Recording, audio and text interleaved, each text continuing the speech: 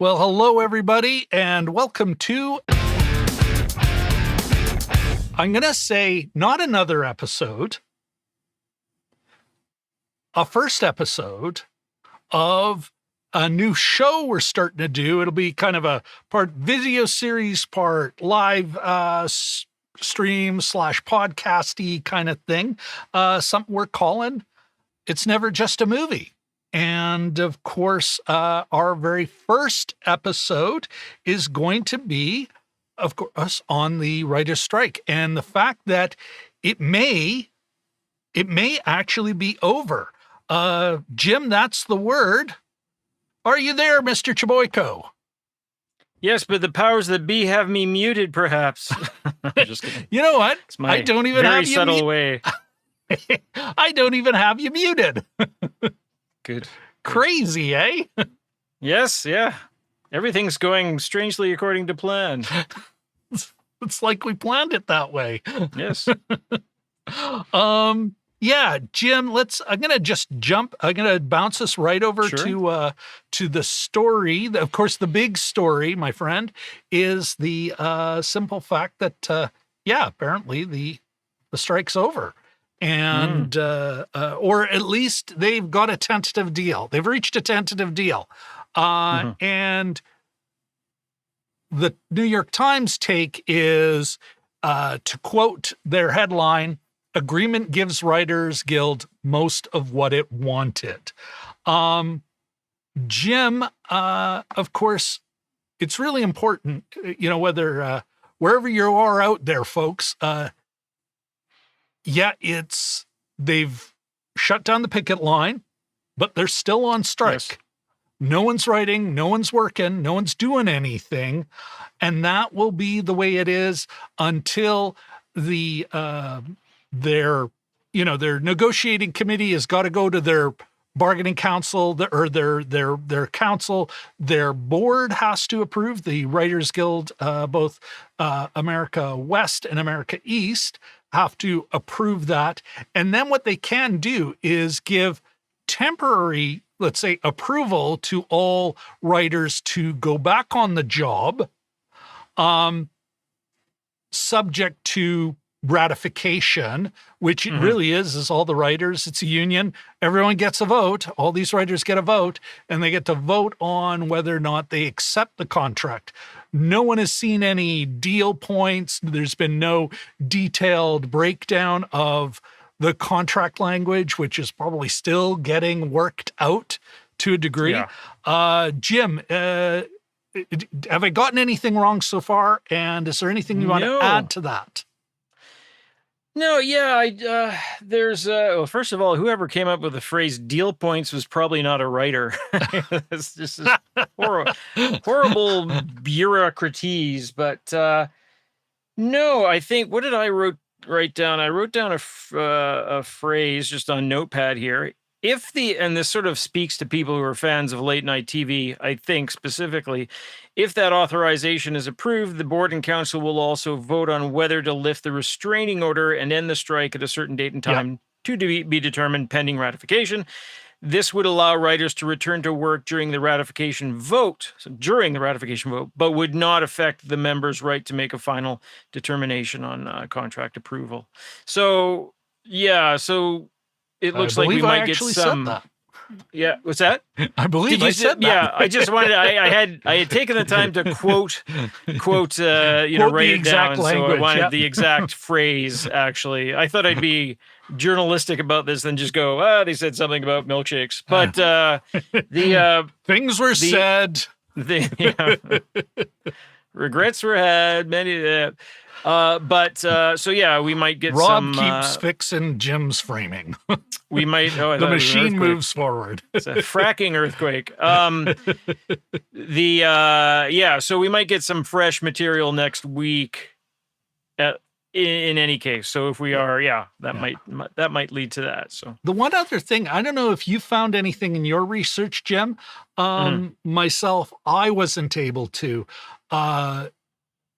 on whether or not the deal, as it stands, is anyone are these folks allowed to go back to work? Let's say it gets to that point, if the SAG-Aftra is still out. Are there going to be some work sites where it's like, oh, it's night, late night television, not a struck workplace? Those writers can go back to work, whereas others will not be able to go back to work because it's let's say a sitcom or some other scripted show where the writers or the actors are still out.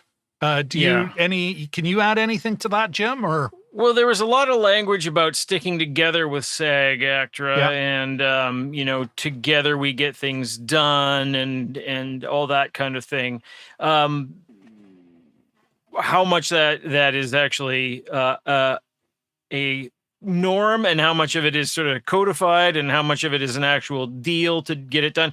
In fact, they said the writers were told to stand down in terms of the picket lines today, but they were said they were sort of politely. It was politely suggested that you can go. They were encouraged, let's say, join the actors on their picket lines. Yeah. So. Yeah, I didn't find it. I mean, it's early hours, and I don't think anybody's privy to all the sort of the fine tuning and things that went on behind closed doors. I sort of scoured myself a little bit to see if we could get any inkling of that, but I'm not entirely sure myself how far that actually goes. Well, but apparently they're supposed to be working hand in hand. So well, I do. We're gonna get into just to kind of wrap up on some of these items, and then we'll get into winners and losers. And spoiler alert, I'm gonna call. I'm calling SAG-Aftra a tentative winner. Everything, of course, again, #tentative. But maybe this is a perfect time, folks, to beg you all for a like, a subscribe, and maybe a ringy ding of that bell. Do you got your bell ready, or shall I ring mine? Oh, there it is. Yeah, I did find it. Look at that. The bell ringers were on strike, so we're all about the practical effects here. We are. It's I do think the SAG-Aftra, they are still out on strike. And they have been, the WGA and SAG-Aftra, you can tell they've been talking a lot, working together when and where possible. There hasn't been, unlike another showbiz union I can speak of, DGA, SAG-Aftra and WGA, at least to us out here in the public, have only shown like rock solid support for each other and solidarity. And that can even extend Teamsters, IATSE, the IATSE, the stage, the grips, everybody working on crew that isn't part of the Directors Guild of America, really solid. And then some directors. Noteworthy in their absence of large picket lines, large support pickets. Anyway, enough of slagging the DGA. I'll slag them even more later. Jim, is there any other news to this story we want to add or should add before we get into it?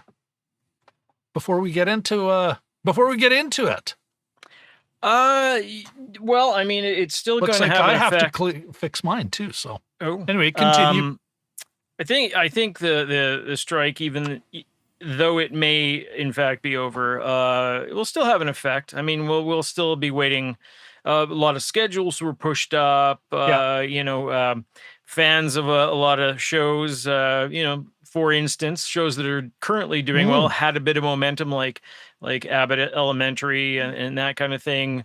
Their writers' room was shuttered, so who knows how long it's going to take them to get back on their feet. But I think there'll still be an effect, and I think everyone was aware of that. My mind always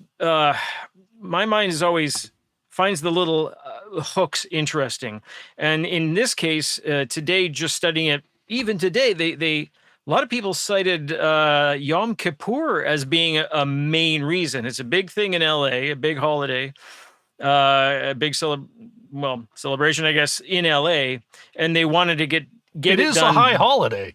Yeah, it is a high holiday. They wanted to get it done by today, yeah, it was, or about this time. Yeah, sure. Yeah, well, I mean, it's kind of interesting. I actually, and I thought I could see wanting to get it either done before or they're stuck waiting until after. But yeah, Yom Kippur, we gotta have this deal done by Yom Kippur. Ugh. I got Yeah. a screen cap. It said cheers erupted at IKAR, IKAR, a Jewish congregation in Los I Angeles. did see that. After Senior Rabbi Sharon Brous announced an agreement between the writers and studios. Rabbi Brous joked that the writers should now be able to donate more to the temple. I believe, yeah, here it is. Yeah, on we've got it up on the screen there, folks. Classic soft synagogue / church laughter after that joke, but I have no doubt. And there is we both kind of reference this. Talk shows could end up going back on the air rather quickly. And of course, there are some that are back on the air. They went back maybe a little early, and it'll be interesting if it, Jim, if it gets a little uncomfortable going, really couldn't have waited the week, eh? Yeah. Well, famously, Jimmy Fallon didn't have a very good September, regardless of the writer's strike. And then, Drew and Bill Maher and that kind of thing. So. I would love to hear what you guys think about the news. And now we're going to get into what I'd like to call tentative winners and losers. Yeah, winners and losers. Jim, why don't you go first with who would you say is the number one winner in this one?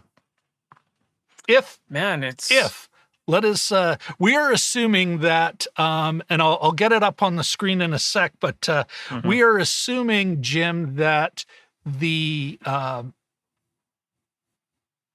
tone of the Writers Guild's letter to members saying, we're really happy with this, is going to actually be borne out.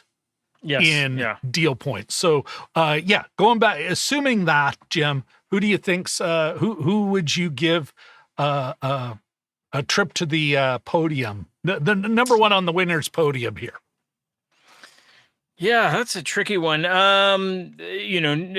Mostly because we don't have all the details. It'd be obvious to say the writers, maybe in the long run, in the long term, it might be the young writers. There was a part of the fight was over the size of writers' rooms, and that's seen as a way to give young writers some experience. So that in a few years will translate into not only being able to support themselves, but also getting the experience to go ahead and do that. So I'm sort of looking at this in terms of a longer lens. Of course, if everything works out the way they're talking about it. Well, here, folks, here is a tweet from Dan Senior, WGA member and writer, longtime writer. He's comparing the email he got from the WGA, and that's up on your screen, comparing what he got from the WGA back in 2008, that last big strike, to what has been presented, the email he got from the WGA this time around. And I'll read them out for those folks who might be listening in. Of course, back on February 9th, 2008, Mr. Senior received, "We have a tentative deal, ... Much has been achieved, and while this agreement is neither perfect nor perhaps all that we deserve for the countless of hours of hard work and sacrifice, our strike has been a success." WGA, February 9th, 2008. Contrast that, compare that, Jim, to We have reached a tentative agreement, ... We can say with great pride that this deal is exceptional, with meaningful gains and protections for writers in every sector of the membership. WGA, September 24th, 2023. I don't know, Jim. Do you actually hear a different tone? I mean, or do we really have to, do we have to dig into the weeds on this one, or are we inferring too much? You know what? The first one uses the passive voice and the second doesn't, is more active. And I think that's, an indicator. Oh, that's a great point. Yeah. Yeah. Much has been achieved. A good time was had by all. These are sort of bullshit sayings that as a writer, it's funny. As a writer, writing about writing and writing about writing contracts, you should try to avoid things like the passive voice. And that first one is just like, things were said, etc. Then that's usually we got using that as a method of deflection, right? Yeah. It's taking the emphasis off us, we, I, me kind of thing. So that's the big thing that I noticed. Like it just floated in the door. This agreement. Yeah. Who knows who the parent of that one was? Yeah. So that's sort of the big thing that I noticed there. Yeah, no, and I was thinking about that exact thing, Jim, and I really could not imagine anyone. They do. They are writers. Everyone's a writer, and I couldn't imagine them being that bold in tone this time around, unless they're like, this is a gooder, Yeah. That thing's kind of it's hard to hide that kind of enthusiasm or. So let's coming back to what I was thinking there. So on the winner side, you're thinking young writers. I would say for myself, Jim, the first big winner are the writers, young, period, regular, old. They're winning big, and for 150 days, almost like you're coming up. That's 5 months, coming up on 6 months. That's a long time to be without a paycheck, and that kind of sacrifice. If it is good as their negotiating committee is leading them to believe, then they will be the big winners. And so, but only one of many. I think there's going to be a number of winners here, but for number one, yeah, absolutely. The ones who went on strike, the ones who, stood on the line, they never bought, they never bit, they never blamed anyone else. They, every now and then some, senior showrunner, hey, we gotta just ignored them or shut them down, or to quote Michael Jamin, writer, actually a showrunner and writer, him and his writing partner. I love the way he did it when Drew Barrymore announced, hey, I'm gonna be nice to everyone. He's like, I'm not mad. You know what? I like her. I'm just disappointed. Like their ability to control their messaging, to keep their passion focused, that they had no problem, calling out the greedy bastards for being greedy bastards, but not at the same time, not personalizing it, never, again, they're not mad at Drew. They're just disappointed. Yeah. So yeah, parent. They did. I think, the writers won. Jim, let's go over briefly to the loser side. Sure. Who would your number one loser tentative, and again, tentative, folks, who knows, read the deal and it's like, who paid you? Why does all the members of the bargaining committee driving Ferraris? Yeah. But assuming it is as good, who would say the biggest loser is out of this deal? I would say the famous unnamed executive type, who would say we're gonna starve them out of their homes, Yeah. or we're gonna show them what's what. Now I have to think. Earlier on I was wondering if that was a strategic asshole quote. Basically, that they said that they leaked that quote on purpose because it's so very specific, and I can't remember what the exact quote was. Is basically we're gonna wait until they start losing their homes and their condos, yes, yeah, losing their houses, losing their condos, then.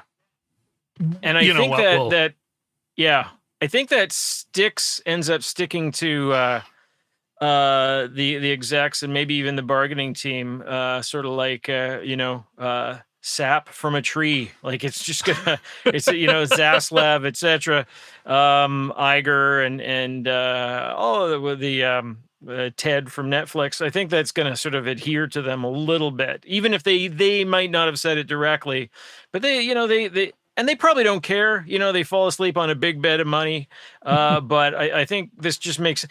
Having said that, I mean, if from Barton Fink to the player to whatever, we've been seeing horrible portrayals of Hollywood executives for years, and it hasn't stopped them yet. So, you know what? I do think they're not my number one loser. But I do think that they're in my top 5. In part because they got it so wrong. And like first to kind of talk about your point, do they care? I think they still do. You know what? These people have big egos. They love strutting around going, I'm a big deal. When they contribute money, they're looking like I'm giving back to the community. And here they just come across as evil, and none of them are in a rush to be Martin Scarelli. Yeah, and so I think that. But the other part is, it's like you swing that right around, and then you get beaten by these peasants. That's probably even the bigger sting. Not just that they look evil, but they're evil and they didn't win. They didn't get, they didn't put these peasants in their place. For my number one, though, you know what? I'm not saying the studios, and I'm not even saying these executives, not that they'll ever thank them for it, but, organized labor can save the employer from themselves. Their direction was terrible. We can get AI to do everything. We can do that. It's like, these people are the golden goose. Like you break that, you break the machine, For me, it's a real tough one. I want to say, I'm actually going to say the Directors Guild of America. I think that's the number one loser. They rolled over, did a crap deal. And I want to explain to everyone and like hot takes during it. Let me see if I can't pull this one up. Like you got to remember, Jim, the Directors Guild, and for anyone out there who doesn't know, the Directors Guild isn't just directors. It's, strictly directors at the top and the creative types. It's it's office staff. It's the unit, you see in a credit roll, unit production manager, they're in that union. Assistant directors, you'd say the middle management of the shop floor, that's they're in the Directors Guild. And what I always found when I was on set is a lot of these folks, department heads, the art department is in that. And let me see if I can't find the quote here, Jim. Bear with me. Sure, yeah. All right, here we go. Art Directors Guild Chief says below the line workers are bearing the brunt of ongoing WGA and SAG-Aftra strikes. Now, here's the thing. Art Directors Guild, Looks like in the States, actually, they're not. They're part of IA. But this person is you call them middle management on a film set. And same with the Directors Guild. And they're like, this individual doesn't give two shits, not two shits about those the rest of them below the line. They're just saying, this is affecting me, and don't they understand they owe me a living? And like these folks, all these folks that are high enough in the hierarchy to start thinking they're the boss, that they're little bosses, when actually, you know what, you're all just workers. Yeah. And the ones who've missed that, and that's the Directors Guild, that's this ding dong. These ones are the big losers because they've, DGA accepted a deal that the other ones are like, well, guess you should have stood up. And if you look at, that they all of a sudden they're out on their own. And I think that that may, and who knows, there may be actual like rank and file workers in there that are going, whoa, we've been listening. Because you got to remember, your unit production manager, that is, the chief of operations, let's say, at the plant. They have a huge amount of sway in the union, right? They have, and there are people who get to say who gets hired on X or Y set, especially for the regular rank and file worker, the grip, the electric. They can't say no, but they can say no. These people have a lot of pull. The assistant directors have a lot of pull because it's the assistant director who hires the second assistant director and the set PA and all the other dailies, and you got to get your union time in, et cetera, et cetera. They're crazy hierarchical. Whereas the Writers Guild and SAG, it's like, once you got your card, you got your card. You just got to put in time. Once you're in, you're in.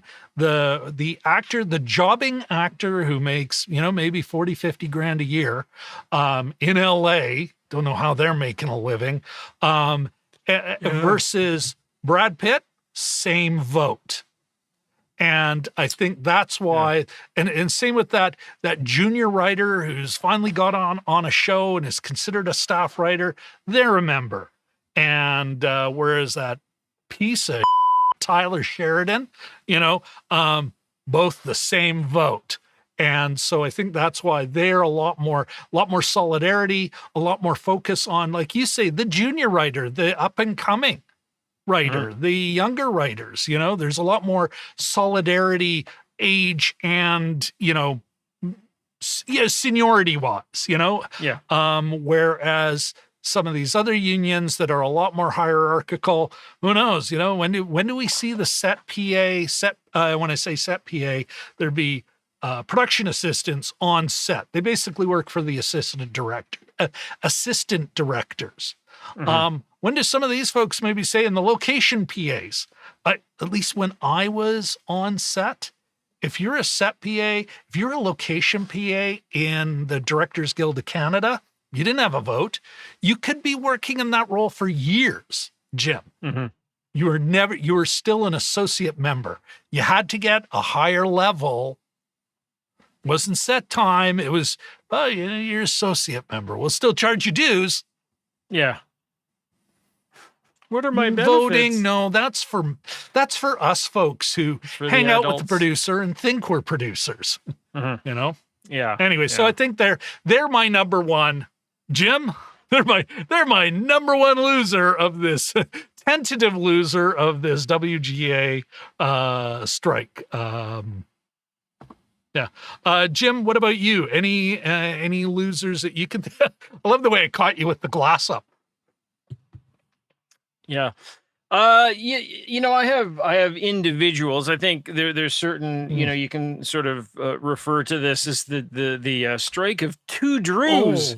One of them Rogues being Gallery. and this is, Yeah, this is this in terms Tale of Two this is Drews. I love low-key. it. It's not a big part of the, it's sort of one of those side Still. stories. So the two Drews, one of them is Price is Right host and former sitcom star Drew Carey, who's famously dropped about $500,000 feeding striking members at I believe it was 2 different restaurants in the area, and along with people like John Oliver, that was shown to encourage people to keep striking. I think Drew comes out looking great, and I think it was a genuine thing. It wasn't just him positioning himself. I think he's a sort of an older member of the community there, and showing some real leadership and some real heart too. I got it on up on the screen there. Drew Carey has paid over $500,000. This had just come out this week, where he's like still cutting checks. And he just has like a running tab, and they're like, several $1,000s a day, but he just he has it. He must be doing well. But anyway, and so, compare that to the other Drew, who's Drew Barrymore, who wanted to start her show early and was basically shouted down. I didn't think she made it to the studio, but I was reading something that made it sound like they actually put a couple episodes in the can before it got too much, and they just stopped it. But so I'm not sure which is true there. I'm not a viewer of her program, but daytime TV she did cry. There was a tearful tears in her. Very, I mean, she is a professional actor. She's got chops. She knows how to. I got to deliver a performance today. I sort of think I sort of wonder if she's hiding in a closet with a bunch of dolls, or was that E.T.? I can't remember. I love this headline, Jim. Drew Barrymore tried to live, laugh, and scab her way across the picket line. It didn't work. Yeah. Scab is such an effective term, isn't it? It's nowhere. It's not good. I mean, it's a healed over cut, and it looks bad, and everything else, all the other things that go along with it. Yeah, no one's ever, it's he's such a heel. Like in. Like a performance thing. No one thinks that when they're called a scab. Yeah, nope. So. Jim, I was actually gonna bundle, but I like I'm just saying yes to what you're saying. You're like, Drew was on my list of definite losers, but you're right, Drew Carey, and I had read he was an Ayn Rand fan. I can only think that is no longer. Just that he must have, like any sensible person, you either become a really nasty piece of work like Paul Ryan, or you ditch your Ayn Rand thing and a little solidarity to those peasants you used to be a part of. Which Drew Carey is definitely a winner, and Drew Barrymore. Yeah, this will for someone who has that kind of reputation, that I'm a nice person, cutie pie, sweet, kind, caring, that she would go, enjoy the time out on the street. I go back to work. Got stuff to do. Because what's the other thing was, like, her original announcement was super finky. When she's going back, and then she's trying to play both sides, where it's like, it was an act of solidarity, but she noted, hey, we were already on hiatus before the strike started. So it's like, so you didn't, it's like you wanted to make sure that people know you didn't shut down the show, or like, where's your head at? I love the way, I think it was Michael Jamin writer, but a writer said, one of the reasons you need a writer is because, oh my God, this is terrible. This is why we get paid to do this. Yep. This is terrible. But even PR experts are like going, this is not good. And I'm going to segue into my next win, how Sure, yeah. quickly she was shut down. And I think that how quickly she was shut down, how quickly the message got out, and how quickly she folded shows to my next big winner, working class solidarity, union solidarity. These guys were so focused, so on top of their messaging, and so tight with everyone else. It was so quick that she got shut down and desperate to backpedal. And that is only because you have a union, the union rank and file were on it, that they had real solidarity, and that they knew SAG-Aftra had their back, IA had their back, notwithstanding the whiners, senior folks in art departments. Don't you know I'm a middle manager? I'm a big deal at the Cracker Factory.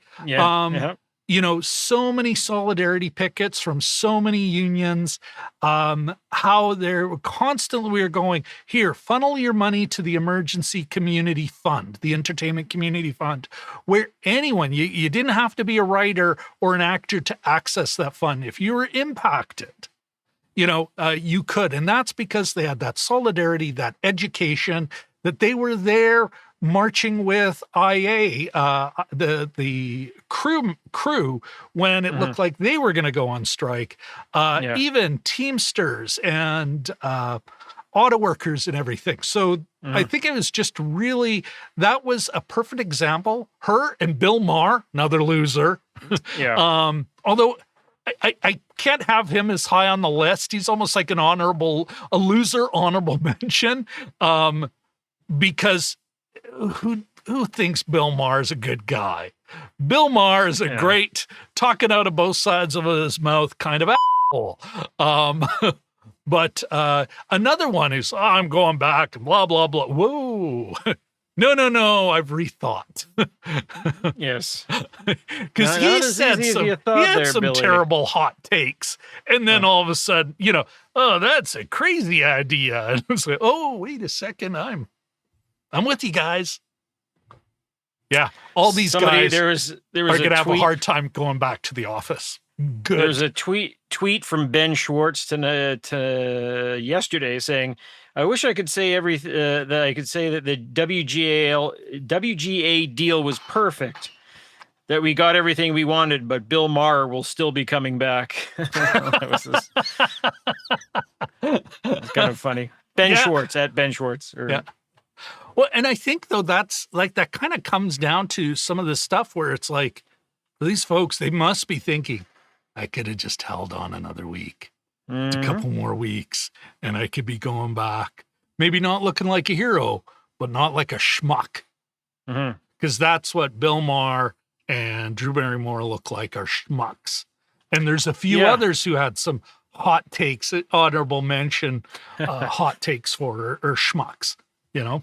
I was going to say it's like the end of that movie, The Mist. Except who's coming through the clouds? Is that an agreement? Except that, you know, there you feel bad for the guy. You totally get it. You just like, that's a good point. Oh, that's crushing. Here it's like, little Nelson Muntz. That's a Nelson Muntz moment. Yeah. All right, Jim.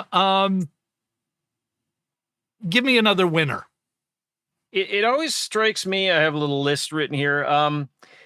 It strikes me as you take somebody from the cultural firmament and somebody who might be like a sitcom actor, or, you know, most of the people we're talking about have their little talk shows or their daytime shows, including Drew Carey or somebody else. And you have somebody who played a nanny many years ago on a middling on a middling sitcom, a perfectly fine sitcom for the day. Perfectly fine. I mean, by middling, I don't mean to cast aspersions, but just nothing I'd necessarily buy a DVD of if it came out. But you know, Fran Drescher with her sort of, I think unscripted, but kind of heartfelt Jeremiah back in July. I think it was about July 12th or 13th. Yeah. She came out and I think, showed us what sort of leadership was about. And she had about a 6-minute diatribe about what was going on. And it was heartfelt, and it wasn't,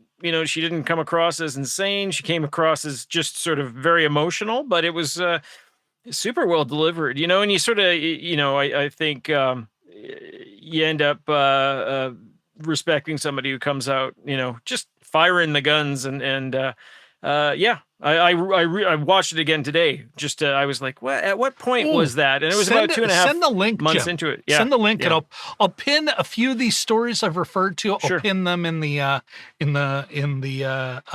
either in the description or in a pinned comment, or maybe I'll put a link. Hey, look! I forgot Jelly Duck. Oh. Jelly Duck 100 is in the house. Great to see you, man. Sorry I didn't.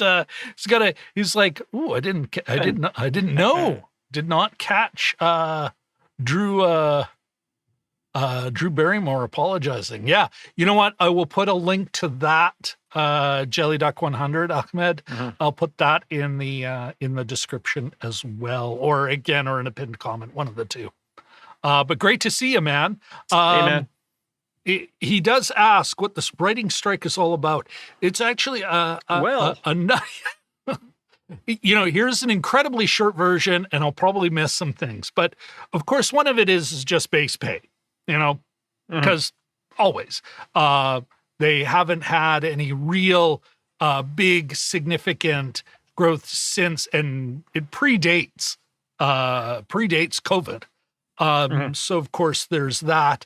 The other thing though is trying to rejig the deal based on a couple of things. One is writers' rooms. Back in the day, there used to be a large writer's room. They would stick around for most of the season. So all of a sudden you're getting a 22 episode run. You might get 5-6 months of work, maybe even more. And you would learn a lot. It was a great talent development opportunity. Now what they've gone is you've gotten shorter seasons. You're still hired for a season. Can't go work anywhere else. You're not allowed to take 2 of these folks on at the same time. You can't, I got to get to my other set now. You're not Michael J. Fox. So these shorter seasons, but they're still getting paid the same rate. So all of a sudden your pay's gotten cut in half. The other thing is back in the day, your residuals, because it was based on television reruns, were always quite significant. The first rerun played is half of what you got paid the first time around for an episode. Well, that's all of a sudden, that's money that, helps during the downtimes, because actors and writers all have significant downtimes. Well, with the deal they were getting with the streamers, Netflix, etc., it's pennies on the dollar. So that was another thing. The other thing what they're finding is they would set up a number of mini writers' rooms, stuff where it's like, well, just bang out these episodes. Maybe we'll do it, maybe we won't.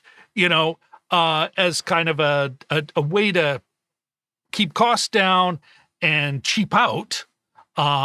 And that was another thing. So they wanted a better residual deal, especially with something where it got better in streaming, larger minimum staffing, and either I get paid for a longer period of time or I get a higher base rate, because I'm still stuck once your 12 episode season is over. So there's not, and then the other half of the season gets started. It's not the way it works. So, Jim, is there anything you want to, and AI, artificial intelligence, how is that going to be implemented in the workplace? Or let's say not from a professional writer's perspective. Yeah. Because that was another thing where the employer was like, well, we can have meetings, about how we're going to Does that pretty much cover the key issues, Jim? Yeah, I think that's a perspective? really good, quick on the spot description of that. Yeah. I mean, just anecdotally, Jelly Duck and those who are out there, somebody who one of the writers of famously The Bear, the big hit about the restaurant world, put together this amazing series, created a show super well, has, I don't know, $20 to his name. I can't remember the actual figure, but he said I have like $6.71 in my bank account or something to that effect. That's after getting paid. So, the people that are responsible for the stories that we consume, I don't want to say content, but the stories that we consume and that we rely on, frankly, especially during something that recently happened, a little event called COVID, they aren't really getting what's due, and the middlemen and all your ZAS labs and the guys who make the whatever decisions, they're the ones that are raking in the millions of dollars. So, Even Neil Gaiman was saying, well, they're off polishing their yachts. That was that's the image he liked to use there. So this was the Bears, the creator, the creative, guy behind the Bear. Salary 43 grand. That's it. Jesus, it's peanuts. Yeah, goddamn peanuts. Compare that to like sports. I'm sorry, I might be giving him a little too much credit there, but still, 1 in 7 writers. Here's your 43 grand. Figure it out. In LA, in LA, yeah.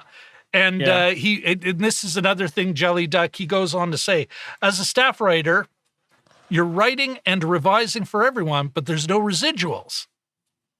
Hulu streaming, you're not, you're getting worked harder for less money. I think this is really important, Jelly Duck. All these folks are working harder for less, chasing fewer dollars. And all these folks will say, well, we're hardly making any money on streaming. We're not making money.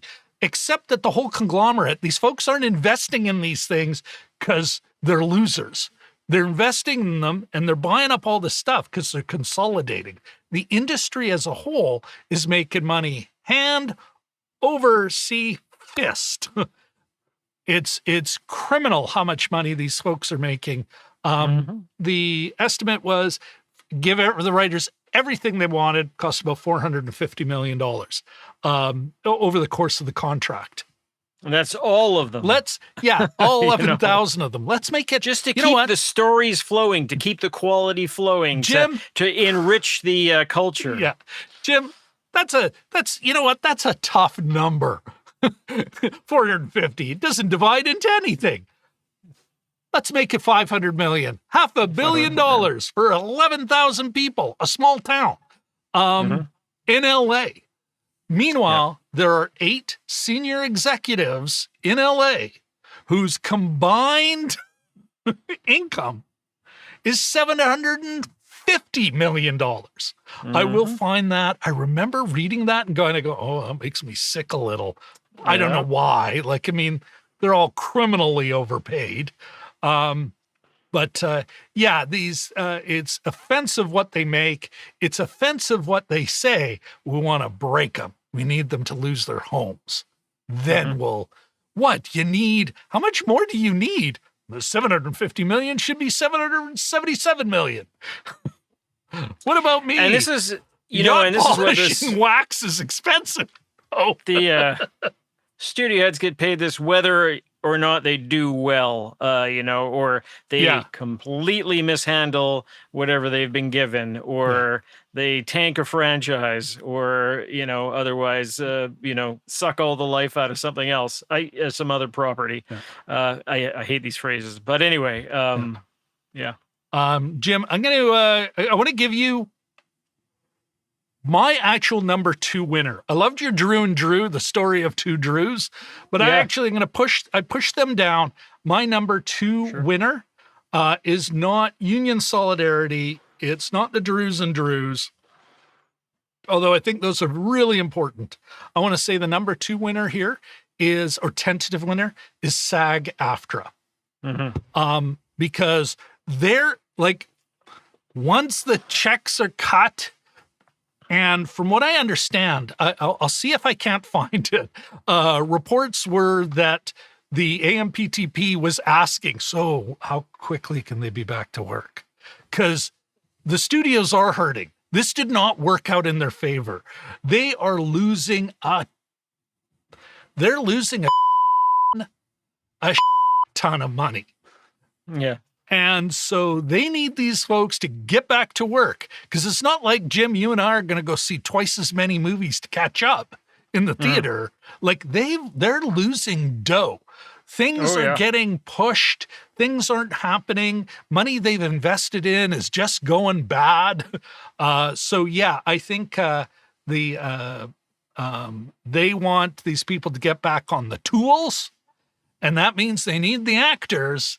And so SAG-Aftra, Fran, their negotiating team is going, so anyway, we understand from our brothers and sisters, our family members over in the WGA, they got a pretty good deal. Where's our pretty good deal? And I think that's, but that's also where solidarity works out, coordinating strikes, that it does put this pressure on the employer to come to the table and have real and meaningful negotiations. It was funny. I think I sent you one of the more comic tweets, Jim. Let me see if I can't find it. Where is it? Like, there was just an absolute hilarious ton of, when they said, how did they put it, Jim? I believe it was, this is our final or best and final offer. And one of you got to love it. Like, I mean, at what point do they kind of go, why are we trying to out-message these people? We pay them to write well for us. Yeah. They just keep hammering us. But Mike Flanagan, I love his best final offer, second final, best final offer, 3D. Last in this series, offerings a best final story. It's pretty good. I mean, and that goes to now I've got like a number of almost like also ran, Jim, let's say losers. But one of the bigger ones is the trade press. Variety, Deadline Hollywood, Hollywood Reporter, the Hollywood Reporter.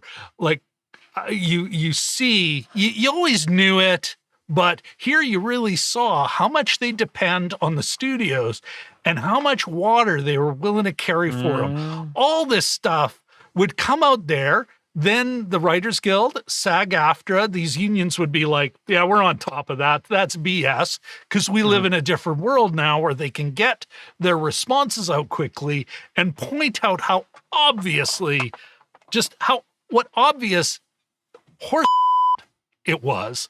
And I think this is our best and final offer. It's like, wait a sec, I even remember, that was at the beginning. Take it or leave it. This is our only offer. This is all you're going to get. And then their messaging that they would leak. And I agree with you, Jim. There's a bit of braggadocio in that, but also a bit of conscious, let's get this out. These peasants, they should be run scurrying before our might. Yeah. And how quickly it just blew up in their faces every time. But yeah, the trade press, what credibility they might have had before is like, how many of these reporters, like all these stars and all these writers are going to know who you are. Yeah, remember the next time you're looking for the inside scoop. Those articles are all bylined. It's sort of like Danny DeVito in LA Confidential, running the running the smut, the yellow journalism, Hollywood Today or whatever it was. And just getting the dirty lowdown on people getting set up and, and getting paid to set people up. Yes, exactly. Or make them look, or to make it go away. Yes. Yeah. Mm-hmm. I think the trade press, and there's a few other folks in there. One of the early ones, so they were one of the first to kind of go like get adjusted, their attitudes adjusted. But it was the wait for me on this one, Jim. Publicists had come out as part of some professional group, and it was just, you're gonna have to, you can't put an embargo on who gets to promote what. It's, don't understand. We're all getting affected here. And we have not heard not one peep out of those holes. Yeah. I really am getting good at my sensor timing, Jim. Yes. Yeah. Can't believe you haven't given me points. So they're one of the also ran losers of this. Another is some of our fellow creators, Jim. You know what? Dan Merle early on talking, and it's one of those things where they're all saying, "Oh, I support the writers," and but then they'd say crazy like, and I'll put a link to it down below, but he in one of his early kind of breakdowns, Dan Merle, in one of his early breakdowns of the strike, was talking about, hey, part of it was back in the, if you're a TV writer, this is a pretty cushy gig. And I called him out in his comment section. It's like, there's nothing cushy about it. It was just some job security, not a ton, but some, and a decent pay. That's not cushy. And so he's, and I go, this is not to say that I think he's a bad guy, but I think he's like a lot of creators in the space where it's, they are resenting what these guys can do in a union instead of looking at it as like, oh, maybe I need some union representation too. Cause he's also the poor bugger.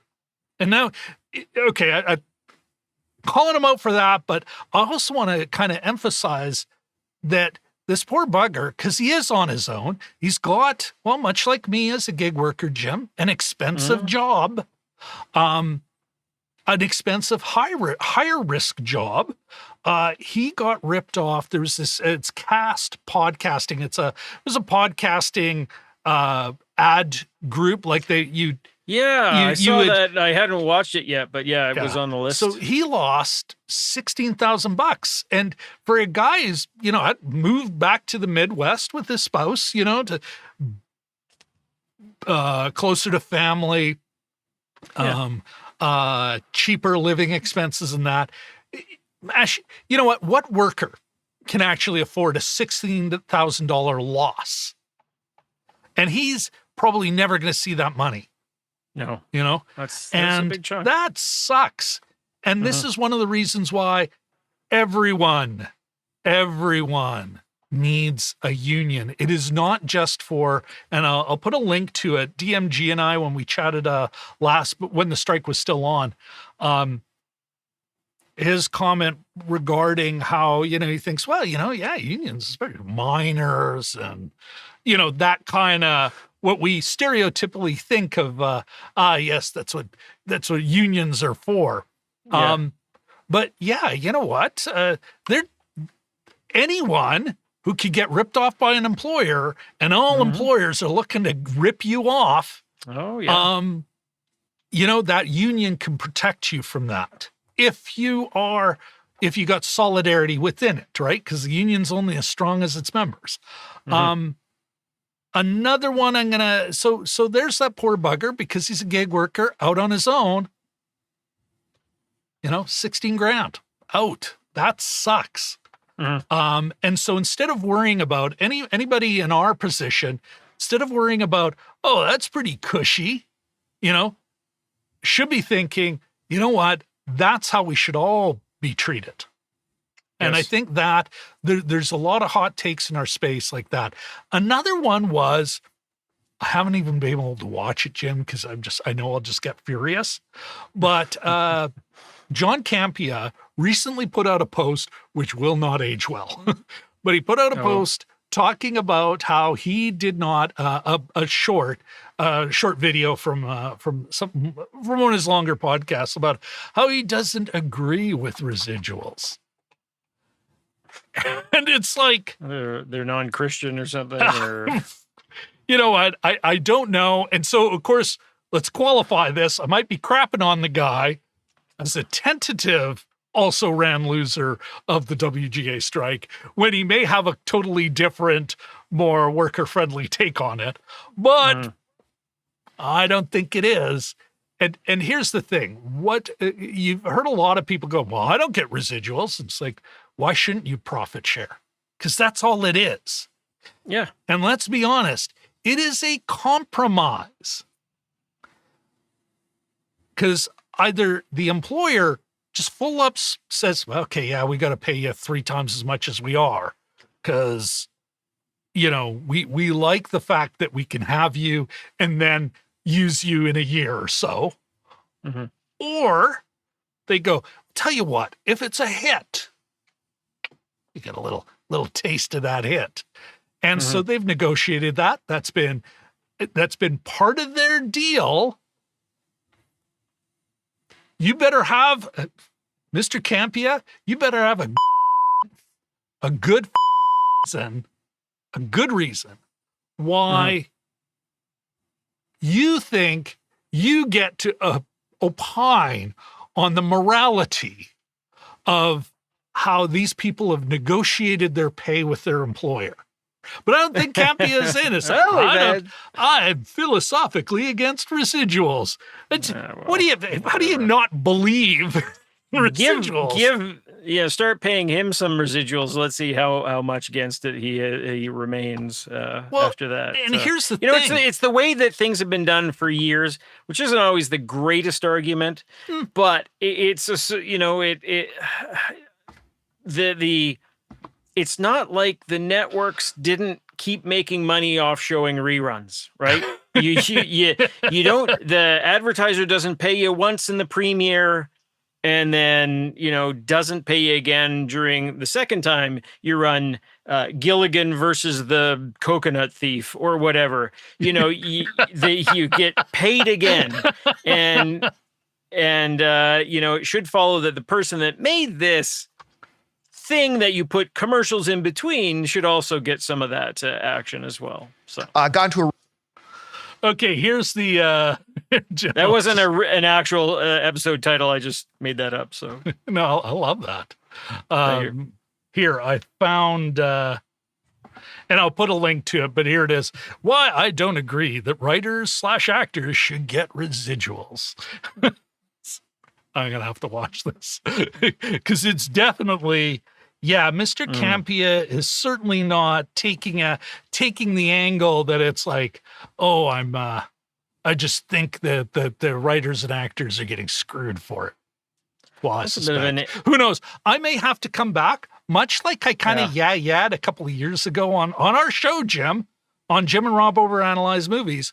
I kind of yahed Fran Drescher. I hear she's kind of involved in the union. She was the president at the time. Yeah. Well, there's so many facts. How are you supposed to get them all right? Well, you know what? Like here's my opportunity to facts. own up to that because it's always bugged me, but there's never been that perfect opportunity. And who knows? I might be coming back, hopefully a lot quicker than 2 years, to say, I was way off base. Mr. Campea has a point. But going back to what you're saying, Jim, regarding it's the industry practice.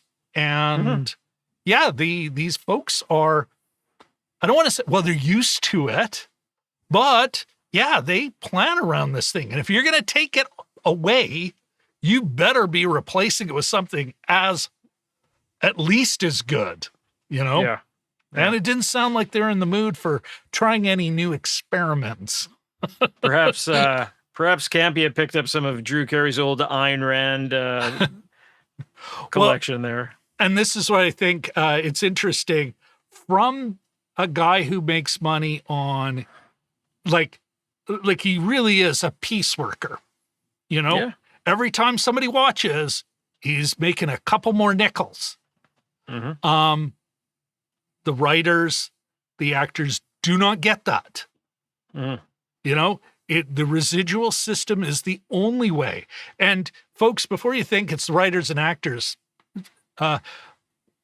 crew members get residuals as well. It's just that it's paid directly into their health and welfare benefits, you know?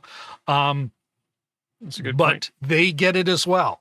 This is the system by which people have been paid in Hollywood for decades, maybe 100 years, you know? Yeah. Jim, why don't we get, I think it is time for final thoughts. Sure, yeah. We've gone to town on this, all on a tentative deal, which we know nothing about. But you know what? It's never stopped us before.